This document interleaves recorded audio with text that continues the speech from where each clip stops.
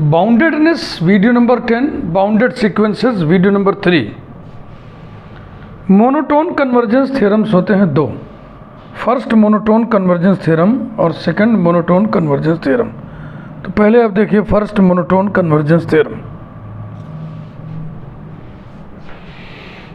Every bounded above माने दाहिनी तरफ से बंधा हुआ, मोनोटोनिकली इंक्रीजिंग टर्म्स इंक्रीज होते जा रहे हैं, सीक्वेंस कन्वर्जेंट होता है और वो अपने सुप्रीमम पर जाके कन्वर्ज करता है। हाँ देखो, भाव बिठा लो, बहुत सिंपल सी बात है।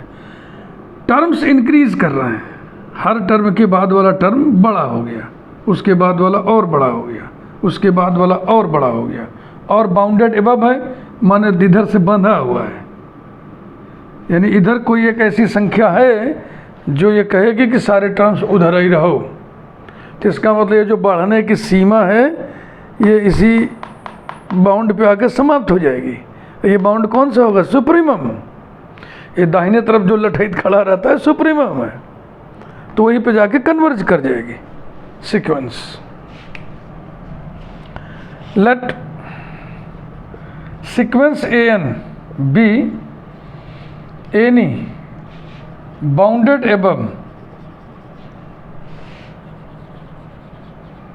monotonically increasing sequence।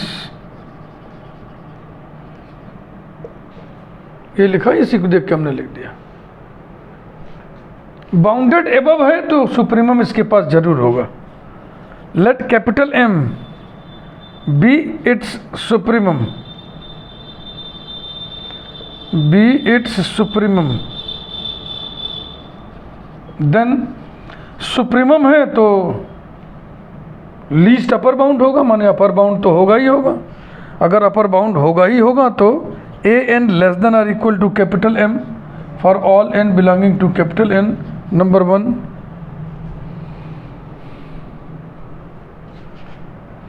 since capital M is the supremum of sequence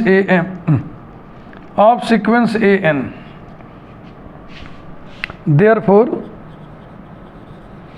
bracket में हम लिख दे रहे हैं बाई क्राइटेरियन थ्योरम,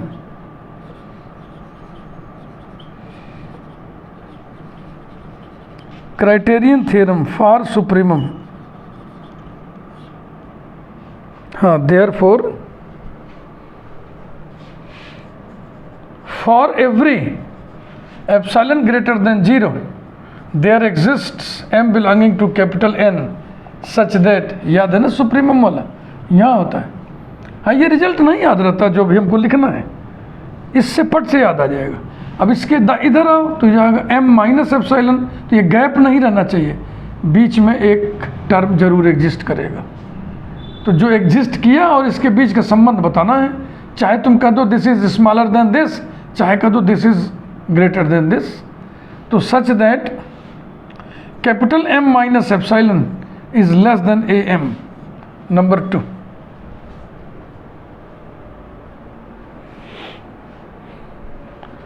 तो अभी तक बाउंडेड एबव होने का, सुप्रीमम होने का केवल लक्षण हमने जो है डाला है प्रूफ में। अभी एक चीज बाकी है, monotonically increasing. Again, since sequence an is monotonically increasing,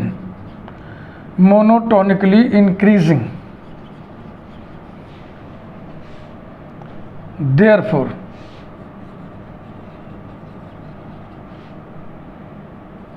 increasing है तो an less than or equal to am for all n less than m। लेकिन हमें जो कंडीशन चाहिए for all n greater than or m चाहिए, तो इधर हो जाएगा an greater than or equal to this.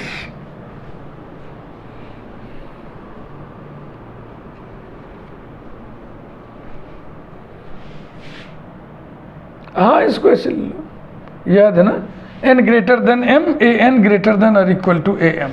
Number 3.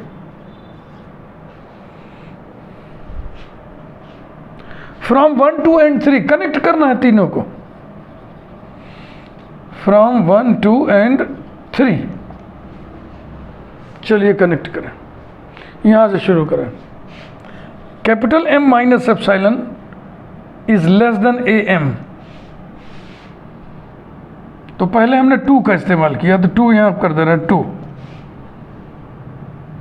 फिर अब ये इस्तेमाल करना, देखो ये बड़ा है इससे तो ये छोटा हो गया इससे, यानी कि लेस देन और इक्वल टू AN। तो हमने फिर 3 इस्तेमाल किया 2 के बाद, जाहिर सी बात 1 बचा है। AN लेस देन और इक्वल टू कैपिटल M, यही हुआ।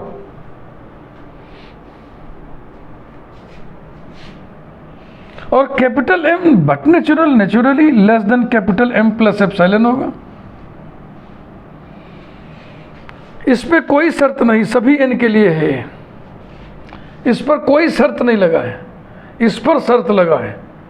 तो इसमें तो आप तीनों को मिक्स किए हैं ना, तो ये छोटी शर्त है, ये बड़ी शर्त है, तो अब कॉमन क्या हो गया, कॉमन ये छोटी वाली। तो हम लिखेंगे for all n greater than m implies that capital M minus epsilon less than AN less than capital M plus epsilon for all n greater than m implies that mod AN minus capital M is less than epsilon for all n greater than m। ये for every यहां से जुड़ जाएगा। तो या तो सीधे हम रिजल्ट लिख दें और या तो समराइज करके तब कंक्लूड करें। ऐसे ही बोल देना, for every epsilon greater than 0 there exist m belonging to capital N such that mod AN minus m less than epsilon for all n greater than m therefore limit n tends to infinity AN is equal to m। Therefore limit n tends to infinity AN is equal to capital M and so sequence AN is convergent and converges to its supremum. यही prove करना था बेटा, is convergent and converges to its supremum. Convergent क्यों है, क्योंकि limit exist कर गई, finite और यूनिक है। और किसको कन्वर्ज कर रही है, लिमिट क्या है m, converges to its supremum.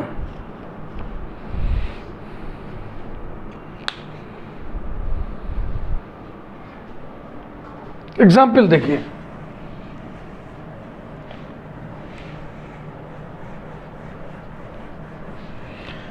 Sequences chapter है, उसमें भी इन सब बातों की बड़ी विस्तार से चर्चा की गई है। यहाँ तो हम आपको केवल रूट आइडिया दे रहे हैं, वो भी केवल बाउंडेडनेस का आइडिया दे रहे हैं।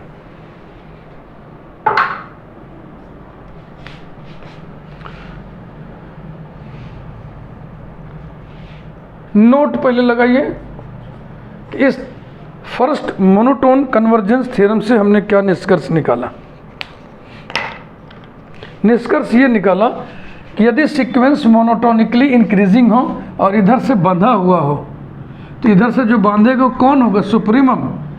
तो ये जो बढ़ने की क्षमता है, इसकी औकात आकर के ये खत्म हो जाएगी, तो सीरीज जो है कन्वर्ज कर जाएगा। और किसको कन्वर्ज करेगा, अपने सुप्रीमम को। भाव बना लीजिए, काम खत्म, कुछ भी रटने की जरूरत नहीं है। If sequence AN is bounded above and monotonically increasing, then सबसे छोटा होगा पहला टर्म और सबसे बड़ा होगा लिमिट, बढ़ने की औकात। तो इन्फिमम ऑफ सीक्वेंस AN बराबर होगा पहला term and supremum of sequence AN ये बराबर होगा टर्म्स के बढ़ने की औकात, माने limit n tends to infinity AN। Example,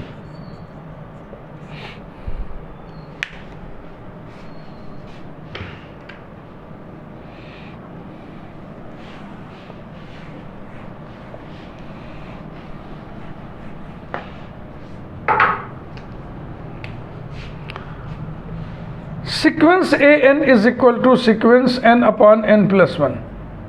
यह सीक्वेंस हमने कंसीडर किया। चाहो तो इसको ऐसे लिख लो, सीक्वेंस n इक्वल टू 1 रखोगे तो 1/2 आएगा, 2 रखोगे 2/3 आएगा, फिर 3/4 आएगा, 4/5 आएगा, and so on.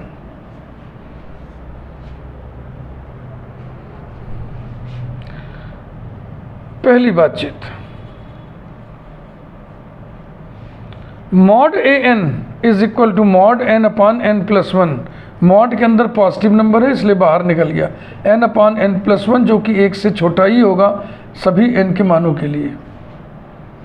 This implies that sequence A N is bounded. अगर बाउंडेड है तो बाउंडेड एबव भी हुआ। हमें तो बाउंडेड एबव चाहिए, लेकिन ये तो बाउंडेड निकल गया। अगर बाउंडेड है तो बाउंडेड बिलो भी है, बाउंडेड एबव भी है तो बाउंडेड एबव है ना। दूसरी बातचीत, मोनोटोनिकली इंक्रीजिंग चेक करें। an/an+1 is equal to n/n+1/n+1/n+2 equals to n/n+1 n+2/n+1 equals to n²+2n/n²+2n+1। तो अगर ऊपर अल्फा लिखा है तो नीचे α+1 लिखा है, इसी टाइप का। तो ये निश्चित रूप से 1 से कम होगा n के सभी मानों के लिए। तो this upon this is less than 1, therefore an is less than an+1 for all n belonging to n। तो an छोटा है और उसके बाद वाला टर्म बड़ा है, तो ये इंक्रीजिंग हुआ, स्ट्रिक्टली इंक्रीजिंग हुआ।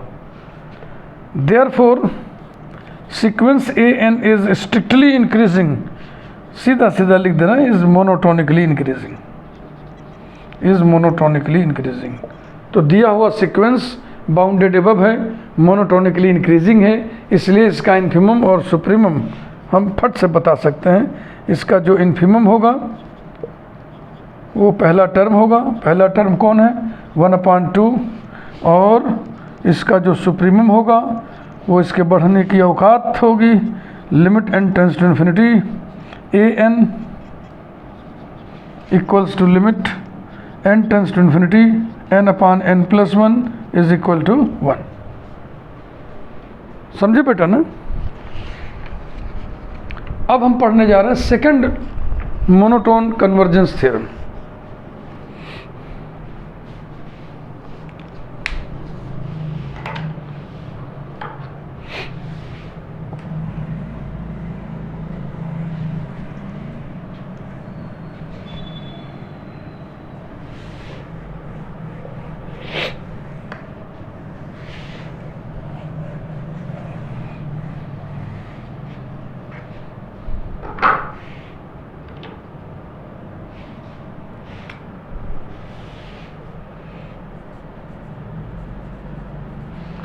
Second monotone convergence theorem.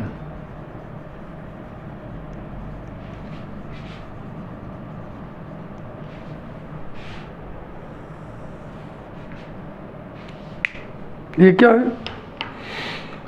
यदि कोई सीक्वेंस बाउंडेड बिलो है, बाईं तरफ से बंधा हुआ है और वो डिक्रीजिंग है, उसके टर्म्स घटते ही जा रहे हैं, तो कन्वर्जेंट होगा। कहाँ जाके कन्वर्ज करेगा? इन्फिमम को, जो उधर यहाँ खड़ा होगा बाउंड करने के लिए। यही लिख दो।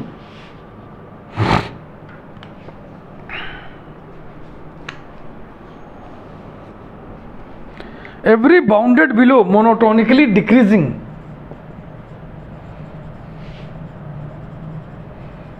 Every bounded below monotonically decreasing sequence is convergent, comma, and converges to its infimum, and converges to its infimum. Proof, यही से खींच लें लाइन, दो भाग कर लें।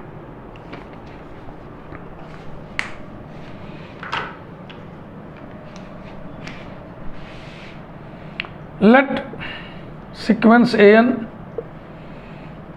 be any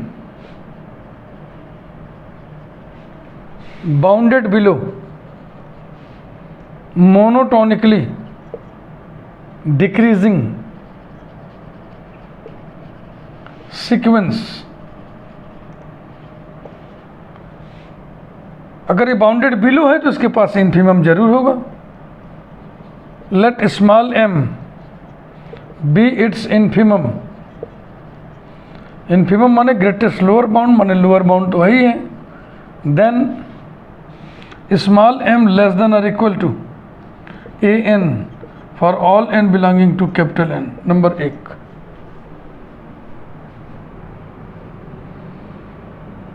अब क्राइटेरियन थ्योरम,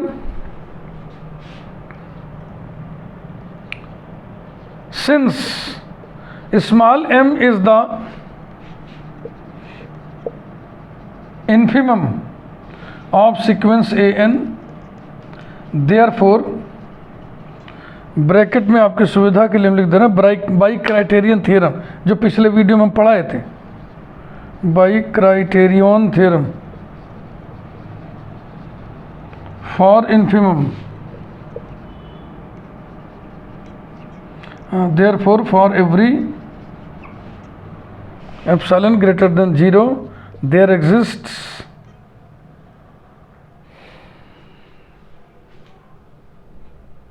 m दोनों बार नहीं चलेगा ना, इसमें m का लफड़ा फिर फंसेगा, क्योंकि हम m को एग्जिस्ट करा रहे हैं और m यहाँ खाली नहीं है, तो इसको चेंज कर दें हम, इसको हम लिख दें लैम्डा बी इट्स इन्फीमम, तो यहाँ पे लैम्डा लिख दें ये। Since lambda is the infimum, वहाँ कैपिटल M था तो स्मॉल m के साथ मिसमैचिंग के कारण चल गया, यहाँ m दो बार कैसे लोगे। Therefore there exist m belonging to capital N such that, वो ज्योमेट्री बना लो इन्फीमम वाली, इन्फीमम एकदम यहाँ रहेगा लैम्डा, और इसके इधर आएंगे तो लैम्डा प्लस एप्सिलॉन, बीच में एक टर्म रहेगा। Such that am is less then lambda plus epsilon. Number 2,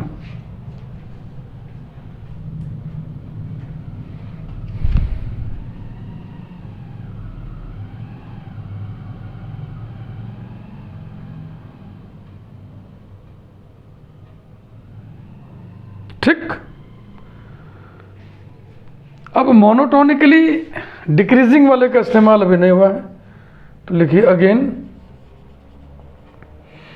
since sequence an is monotonically decreasing, therefore for all n greater than m, हमको चाहिए तो उल्टा हो जाता है ना, तो ये हो जाएगा an less than am। Number 3,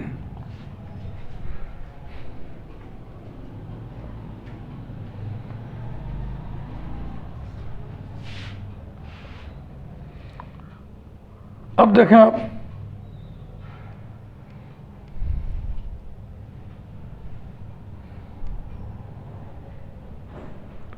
शुरू कर रहे हैं हम लैम्डा लेस देन और इक्वल टू an, यानी पहले हमने लिया नंबर 1, फिर इसको लिया an लेस देन और इक्वल टू am, नंबर 3 लिया, और फिर इसको लिया am is less then lambda plus epsilon 2। तो यहाँ पे उसी क्रम में हम लिखना चाह रहे थे, फ्रॉम 1, 3 एंड 2, और lambda minus epsilon less than lambda है तो ऑटोमेटिकली होगा, बट नेचुरल। इस कंडीशन के साथ implies that lambda minus epsilon less than an less than lambda plus epsilon for all n greater than m implies that mod an minus lambda less than epsilon for all n greater than m, therefore limit n tends to infinity an is equal to lambda।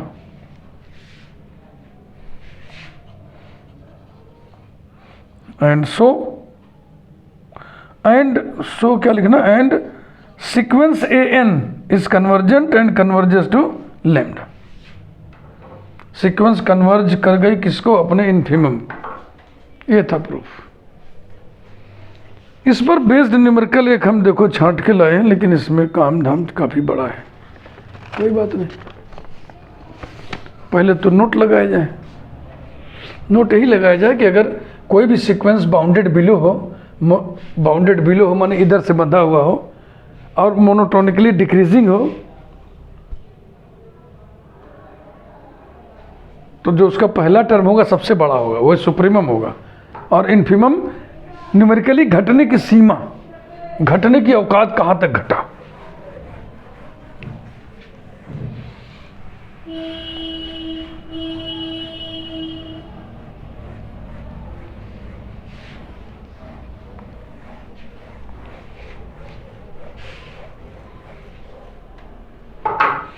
Note,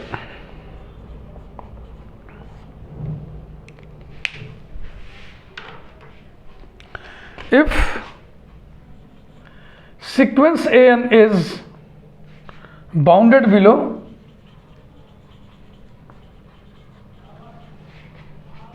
and monotonically decreasing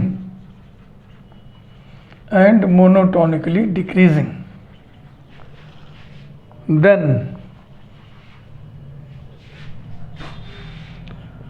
supremum of sequence AN will be first term and infimum of sequence AN will be limit n tends to infinity AN. Yeah.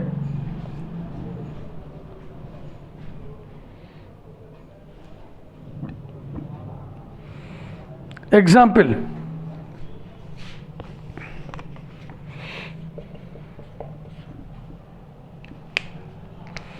let us consider a sequence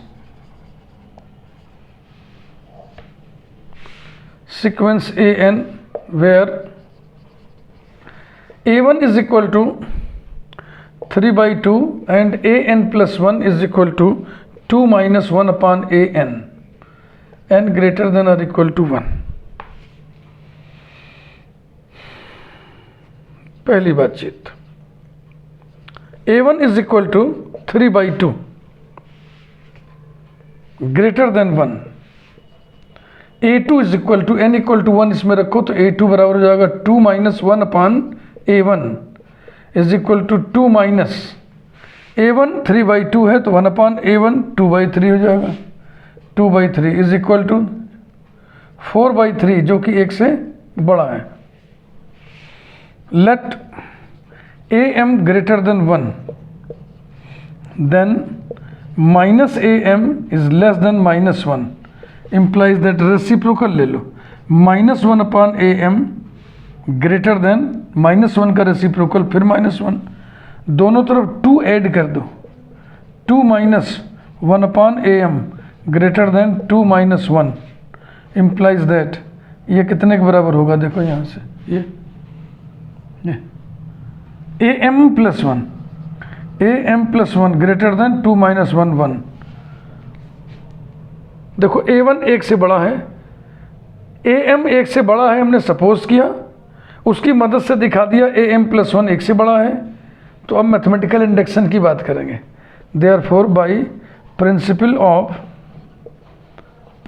of mathematical induction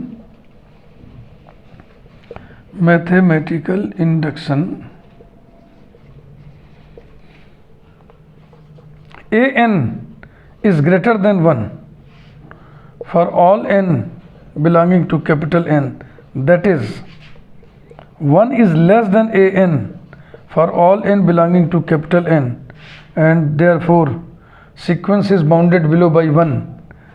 sequence AN is bounded below तो पहले हमने ये दिखाया कि sequence bounded below है।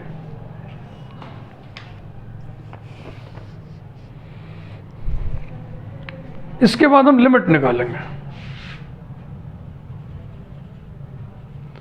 Limit n tends to infinity AN plus 1 is equal to limit n tends to infinity 2 minus 1/an is equal to 2 minus 1 upon limit n tends to infinity an equals to 2 minus 1 upon L if limit n tends to infinity an is equal to L। अगर इसको हम L मान लें तो ये तो लिखोगे, अगर इसको L मान लिया हो तो ये भी L ही होगा। ये मजेदार चीज जानिए, an माने nवां पद और n टेंस टू इन्फिनिटी कर दिया तब कौनवां पद, अनंतवां पद। यही भाव इससे भी तो निकल रहा है। an प्लस 1 माने n प्लस 1वां पद, n टेंस टू इन्फिनिटी माने इन्फिनिटी प्लस 1 वां पद माने इन्फिनिटी वां पद, माने वही। L से गुणा करिए तो जाएगा L square is equal to 2L minus 1 implies that L square minus 2L plus 1 equals to 0 implies that L minus 1 whole square equals to 0 implies that L minus 1 के दो मान आएंगे ना, L minus 1 whole square equal to 0, तो L is equal to 1, that is limit n tends to infinity an is equal to 1। अब हम बताने जा रहे हैं कि ये मोनोटोनिकली डिक्रीजिंग है।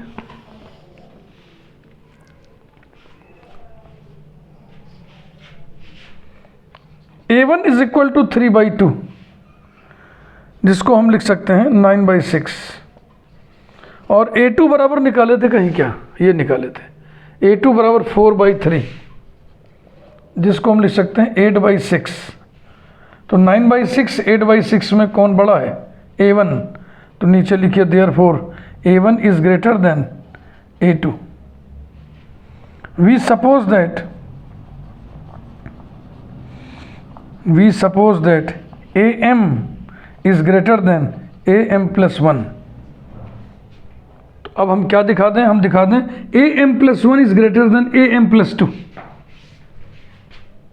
नाउ माइनस से गुणा करिए, minus am less than minus am plus 1, फिर रेसिप्रोकल ले लो, implies that -1 upon am is greater than -1 upon am plus 1। दोनों तरफ 2 ऐड कर दो। थोड़ा हैवी एग्जाम्पल है ये, काम ज़्यादा करना पड़ रहा है इसमें। implies that 2 minus 1 upon am is greater than 2 minus 1 upon am plus 1। और इस डेफिनेशन के मुताबिक ये बताओ ये कितना होगा, ये हो गया am plus 1 is greater then, ये कितना हो जाएगा am plus 2। ये देखो मिलाओ, 3 स्टेप है, ये हुआ, ये माना गया है और इसकी मदद से ये निकाला गया है। a1 ग्रेटर देन a2 हमने सपोज किया am greater than am plus 1, उसकी मदद से दिखाया am plus 1 greater than am plus 2। Therefore by the principle of mathematical induction,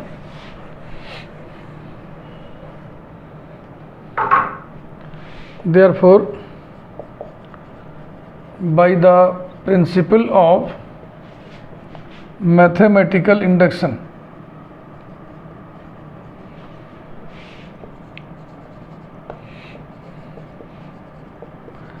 an is greater than an plus 1 for all n belonging to n, that is an अपने बाद वाले term से बड़ा है, यानी an के बाद वाला टर्म छोटा है तो डिक्रीजिंग हो गया।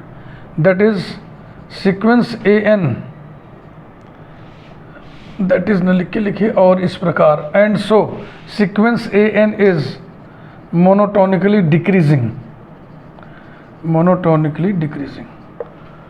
तो आपने बताया सीक्वेंस बाउंडेड बिलो है, सीक्वेंस मोनोटोनिकली डिक्रीजिंग है ना। तो चलो लिखा जाए, सिंस सीक्वेंस an इज, फिर से सब समराइज कर रहे हैं, bounded below and monotonically decreasing therefore पहला टर्म सबसे बड़ा होगा, उसके बाद टर्म्स घटते जा रहे हैं, घटते घटते घटने की सीमा निकाल लीजिए, जहाँ तक घटेगा वो इन्फीमम हो गया, जो सबसे बड़ा टर्म है पहला टर्म वो सुप्रीमम हो गया। Therefore supremum of sequence an is equal to a1, और a1 कितना था, 3/2 था ना, 3/2 ही तो था। And infimum of an is equal to limit n tends to infinity an, और इसकी वैल्यू हम लोग निकाले थे कितना, 1, बीच में हम निकाले थे ना ये।